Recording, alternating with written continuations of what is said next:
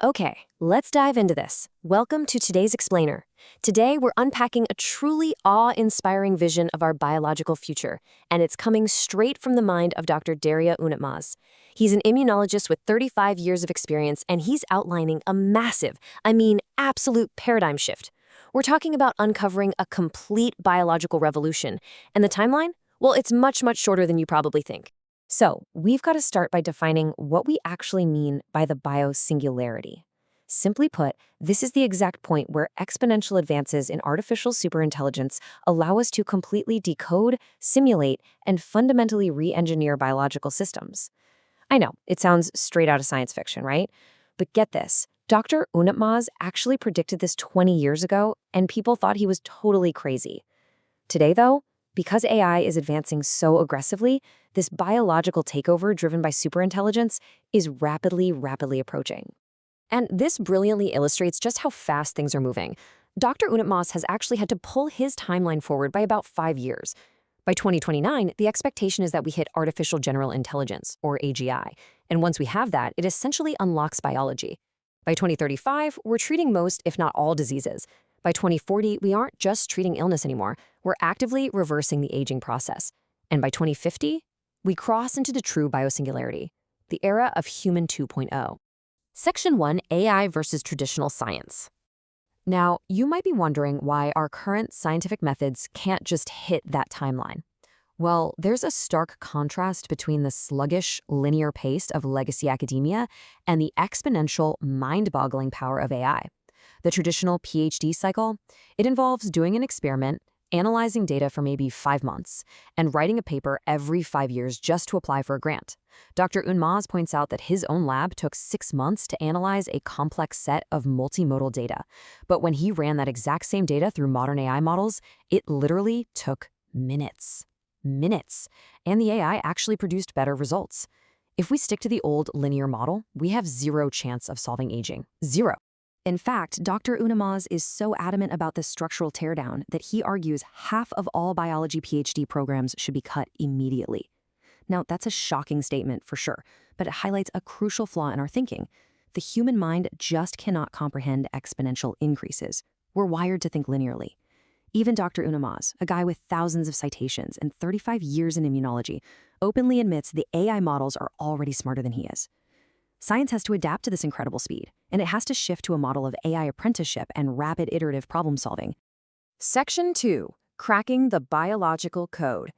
So to hit that biosingularity timeline we just looked at, we have to solve a massive bottleneck when it comes to data and compute. We need to build what's called a biological world model. Now, what's really interesting about this slide is the difference between static and dynamic data. Right now, we're pretty great at collecting the static text of biology, things like DNA sequencing. But biology needs dynamic behavioral data. Think about AI and robotics for a second. An AI can solve intense math problems, but if you put it in a robot body, it struggles to just walk across a room. Why? Because it lacks physical intelligence. It lacks a world model. Cells are exactly the same way. We need to know exactly how a specific cell behaves contextually when you place it next to a tumor cell versus a healthy cell. We need the actual input and output behavioral data of biology. But here's the catch. Generating that behavioral data is incredibly difficult. You can't just move petri dishes around in a high-throughput way. Doing this is like cooking gourmet food. So to feed superintelligence the correct biological data, we're going to need millions of automated, highly intelligent robotic labs iterating experiments continuously. Millions of them. Secondly, to simulate this wildly complex biological system, we'll need thousands of times more compute power than currently exists in the entire world. And finally, keep in mind that superintelligence will be completely data hungry. It's going to demand continuous real-time tracking of human metrics. We're talking about measuring hundreds of biological markers every few minutes across millions of people. Building all of this is going to require trillions of dollars in investment. But look at this number, $4 trillion. That is the annual healthcare cost in the United States alone. Just let that sink in.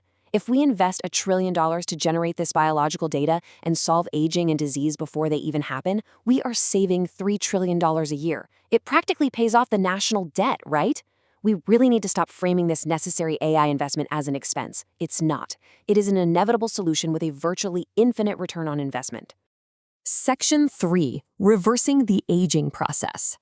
Now we're shifting focus to the year 2040 on our timeline, and I want you to reconsider everything you thought you knew about growing old. Aging isn't just inevitable wear and tear or simple entropy. Actually, scratch that. Biology is inherently anti-entropy. It naturally repairs and regenerates itself constantly. So the crucial point is that aging is actually an information breakdown. It's a biological algorithm that simply stops communicating properly, which leads to a loss of resilience. Why does it stop? Well, because evolution didn't really care about keeping you alive post-reproduction. A mouse in the wild is going to get eaten pretty quickly, so its biology prioritizes rapid reproduction over extreme longevity. The code is there, we just need to figure out why our resilience program stops and tell it to keep going. Conquering the aging process across different generations will likely happen in sequential biological steps. Step 1 is simply halting biological decay. For younger populations, AI could figure out how to maintain their current cellular state indefinitely, basically hitting the pause button. Step 2 is a bit tougher. For older populations, we actually have to repair and regenerate accumulated damage. We have to reconstitute that resilient information. And step 3? Once disease and biological aging are completely solved, your only real risk is accidents. Statistically speaking, that expands the baseline human lifespan to potentially 1,000 or even 1,500 years. No way, right? But that's the math. Let's move to section 4 and see how this builds into the dawn of Human 2.0. Dr. Unutmaz calls this ultimate goal bioprogressivism. Right now, as we all know, human abilities are entirely based on a random genetic lottery. You don't get to choose your genes, your susceptibility to disease, or your natural baseline intelligence. Bioprogressivism changes all of that. It's the democratization of biology. It means giving every single individual total agency and choice over their biological destiny. It's about using AI to give everyone access to the exact same physical and cognitive enhancements. Just imagine looking at the Human 2.0 menu in a post-scarcity biological world. You could literally choose to wipe your legacy immune system, which, let's face it, is full of evolutionary flaws, and re-engineer it from scratch. You could implement extreme cellular radiation resistance so you can physically survive deep space exploration. By merging our biology with AI through interfaces like Neuralink, for example, we could achieve a 1,000-fold increase in our intelligence. The astonishing physical and cognitive choices that were previously restricted by pure evolutionary chance, they will finally be entirely in our hands. Now, it's easy to look at all this and feel a little anxious. Humans don't love uncertainty, and we are entering an incredibly uncertain, fast-paced era.